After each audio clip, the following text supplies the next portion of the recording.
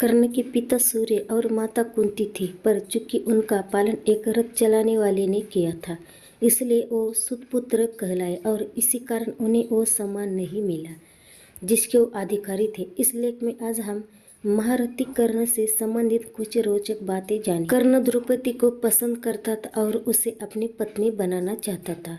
साथ ही द्रौपदी को भी कर्ण से बहुत प्रभावित थी और उसकी तस्वीर देखते ये निर्णय कर चुकी थी कि वह स्वयं भी उसी के गले में वरमाला डालेगी, लेकिन फिर भी उसने ऐसा नहीं किया। द्रौपदी और कर्ण दोनों एक दूसरे से विवाह करना चाहते थे, लेकिन सुतपुत्र होने की वजह से ये विवाह नहीं हो पाया।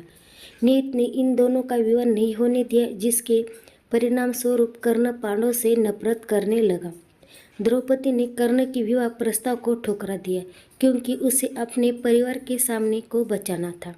क्या आप जानते हैं द्रौपदी के विवाह प्रस्ताव को ठुकरा देने के बाद कर्ण ने 2 विवाह किए। चलिए आपको बताते हैं किन हालातों में किससे कर्ण ने विवाह किया था। अविवाहित रहते हुए कुंती ने कर्ण को जन्म दिया था। समाज के लांछनों से बचने के लिए उसने कर्ण को स्वीकार नहीं किया।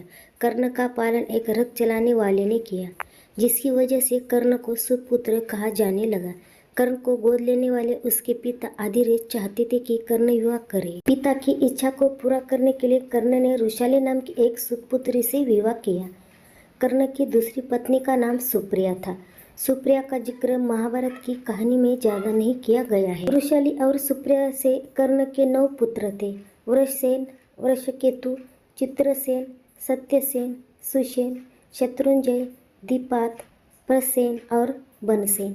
कर्ण के सभी पुत्र महाभारत के युद्ध में शामिल हुए, जिनमें से 8 वीरगति को प्राप्त हो गए।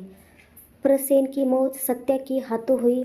शत्रुंजय, वृषसेन और दीपात की अर्जुन, मनसेन की भीम, चित्रसेन, सत्यसेन और सुसेन की नकुल के द्वारा मृत्यु। वृषकेतु एकमात्र ऐसा पुत्र था जो जीवित रहा।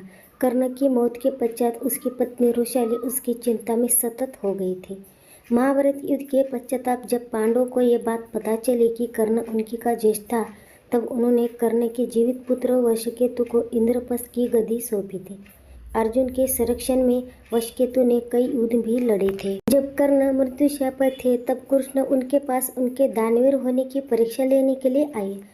कर्ण ने कृष्ण को कहा कि उसके पास देने के लिए कुछ भी नहीं है। ऐसे में कृष्ण ने उनसे उसका सोने का दांत मांग लिया।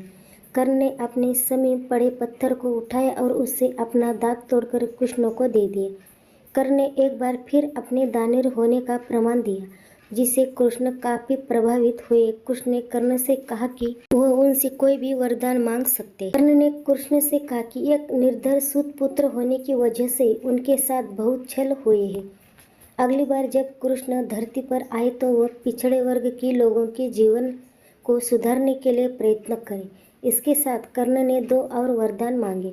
दूसरे वरदान के रूप में कर्ण ने यह मांगा कि अगले जन्म में कृष्ण उन्हें एक राज्य में जन्म ले, और तीसरे वरदान में उन्होंने कृष्ण से कहा कि उनका अंतिम संस्कार ऐसे स्थान पर होना चाहिए जहाँ कोई पाप ना हो। पूरी पृथ्वी पर ऐसा कोई स्थान नहीं होने के कारण कृष्ण ने कर्ण का अंतिम संस्कार अपने हाथों पर किया।